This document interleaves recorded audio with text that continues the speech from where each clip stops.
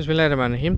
गंदम के फ़ील्ड पे हम लोग खड़े हैं और आज हम बात करेंगे कि गंदम की पोलिनेशन के हवाले से। अच्छा, ये देखें, ये गंदम का छोटा सा पैच है। अभी ये साइज़ में छोटा है, पिछेती गंदम है ये, और अभी ये सिट्टा मुकम्मल कर रही है। तो पोलिनेशन के हवाले से मैं कहूँगा अभी ये पोलिनेशन पे नहीं आई, पोलिनेशन इसमें स्टार्ट होने वाला है। किसी किसी सिट्टे के अंदर आपको पोलन जो है ना वो नज़र भी आ रहे हैं।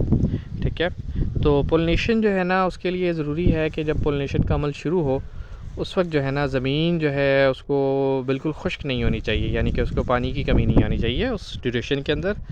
और जो है वेदर जो है ना वो बहुत ज़्यादा इंपॉर्टेंट होता है। जिस तरह अभी मार्च स्टार्ट हो गया है और एक हल्का सा बारिश का स्पेल भी आया है, टेम्परेचर काफ़ी बेहतर है।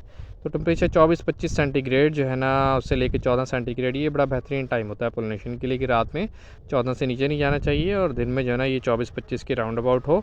तो ये वेदर बहुत ज़्यादा इंपॉर्टेंट होता है क्योंकि ये 7 से 10 दिन का मरहला होता है। इसी के अंदर जो है ना पोलिनेशन होनी होती है और दाने बनने का अमल जो है ना उसने स्टार्ट होना होता है, क्योंकि जितनी ज़्यादा पोलिनेशन होगी उतना ज़्यादा एक सिट्टे में दाने बनेंगे और आपकी एवरेज भी ज़्यादा होगी। तो इस टाइम पे जो है ना पानी की कमी को आप जो है ना लाजमी तौर पे देखें।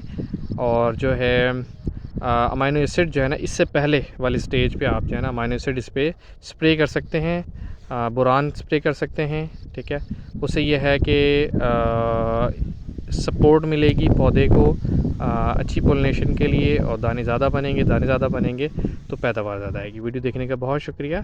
अगर आपके जहन में कोई सवाल हो तो पूछ सकते हैं।